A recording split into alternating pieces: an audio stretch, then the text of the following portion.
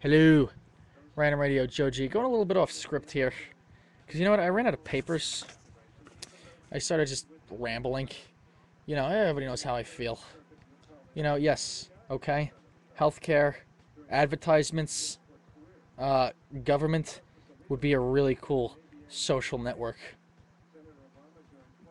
to truly unite these United States of America. I'm just saying. That and bullet trains. Like really fast bullet trains. Like I want to go on a train now and be in California in like a day. That'd be too fast. I'd get a little scared. At that point, you might as well teleport. But government would be a really cool social network, and would be very lucrative. Um, you could help educate the people who otherwise would not be educated while entertaining them, which is kind of my job, what I try to do. But you could give them a reliable source for history, little fun facts, a way for them to interact with the government, a way to get a feel for what the people want and what the people need, and to hear them a little bit better than just mathematical estimations of a small percentage of the population. You'd also get people to participate that wouldn't normally participate in the governmental process. I'm not saying hold elections on the internet. Well, that's not safe. It could be. Depends on who you get, man. If you have the special USA terminal, nobody else can get in there. It's secure. Anything on the World Wide Web is anything really secure?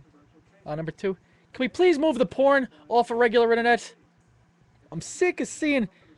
Well, I guess the pop-ups have decreased, but Twitter, there's sexual solicitors on Twitter. It's very upsetting. And you know what?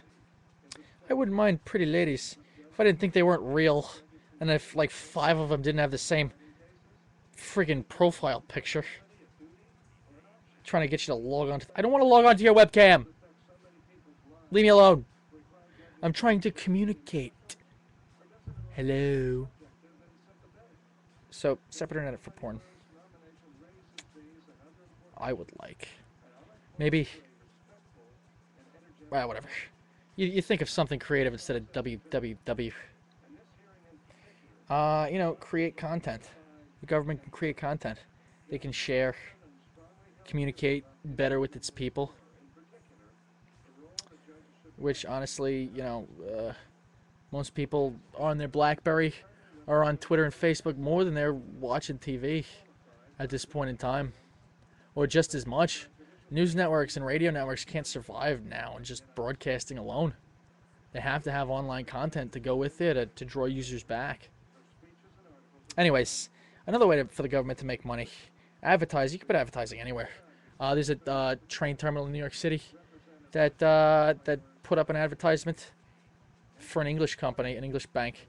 And then there was an English lady who was criticizing it. Whoa, whoa, whoa, what? It's kind of funny, though.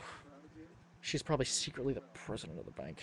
It was my idea, but I'm going to criticize it. I bet you they searched for an English person to interview them.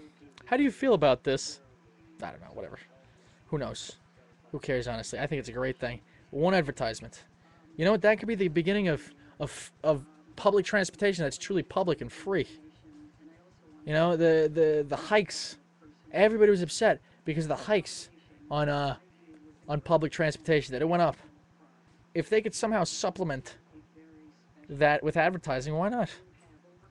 Why shouldn't the government agency or state-run agency be able to advertise just as much as a news network? In fact, it might be more fair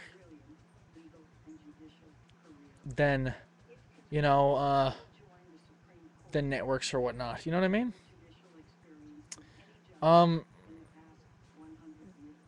Shoot, you could even get creative and make designs. Imagine train designs instead of the boring old trains. Somebody like Jim upstairs, the man upstairs, Jim, very talented airbrush artist, does custom, work, whatever, murals on trains that are really advertisements, really sort of like bringing a color and not just, you know, plain old signs and whatnot. How cool would that be? I mean, shoot. There's giant billboards all along the what do you call it? The Long Island Railroad. Why is it freaking $45 for me to get a ticket? Nah, it's only like 20. That's why I don't go to the city. Wish I had a hand truck. One of those hand carts. I could just pump my way to the city. Eventually I'll have a train hit me. That wouldn't be fun. Another way for the government to make money. Well, make money and save money. Legalization of certain herbs. Honestly, I think part of the healthcare plan should be herbal alternatives to traditional pharmaceuticals. But, like, not, it's, right now, you have to have sort of a grassroots following. I think that's great. And I really want to hook up with somebody so I can, you know, have this, or build this grassroots following with somebody who's like an herbal healer or whatnot. But, why aren't herbs being used in conjunction or exchange with, you know, modern medicine? The stuff we've been putting in our body since before you were born, since before I was born, since the beginning of time. We've grown up with these herbs. When you process them, is when things start to change and things start to get a little dicey, and they can get dangerous. But as long as the herb is in their natural form, you can go for something as controversial as opioids and opium. Now, I'm gonna go for the most controversial thing. When opium was first used, before they started smoking it, which is when the dens came about. I learned this by watching the History Channel. A little knowledge for you. You can also read it in a book. Or go to school.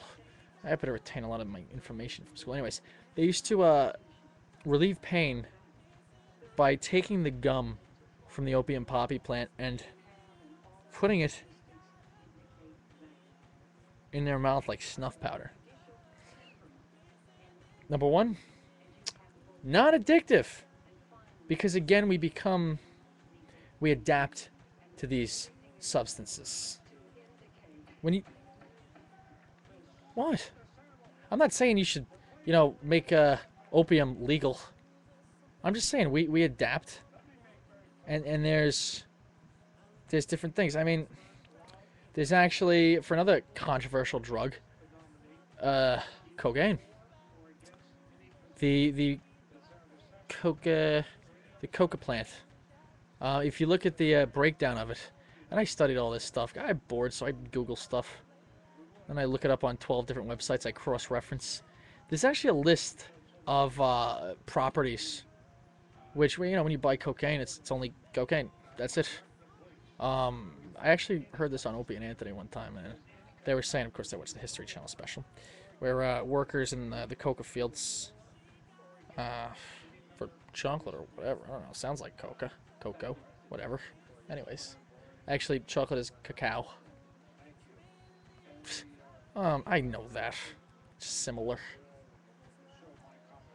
But there's actually other properties, or other things, other substances in the cocaine plant that if you just put it in between your teeth, it has a medicinal purpose. And you don't have the withdrawals, you don't have the addictive properties, because through time, I guess, people have been putting this in their mouth for years and years and years. You know, it just, these other properties in it, you don't become addicted, you don't have withdrawal effects. Interesting, right? I mean, but yet when you start to process things, you know, I mean, heroin, a prime example. You know? Shoot. Was that an experiment that I wish people couldn't replicate? Ay, maron.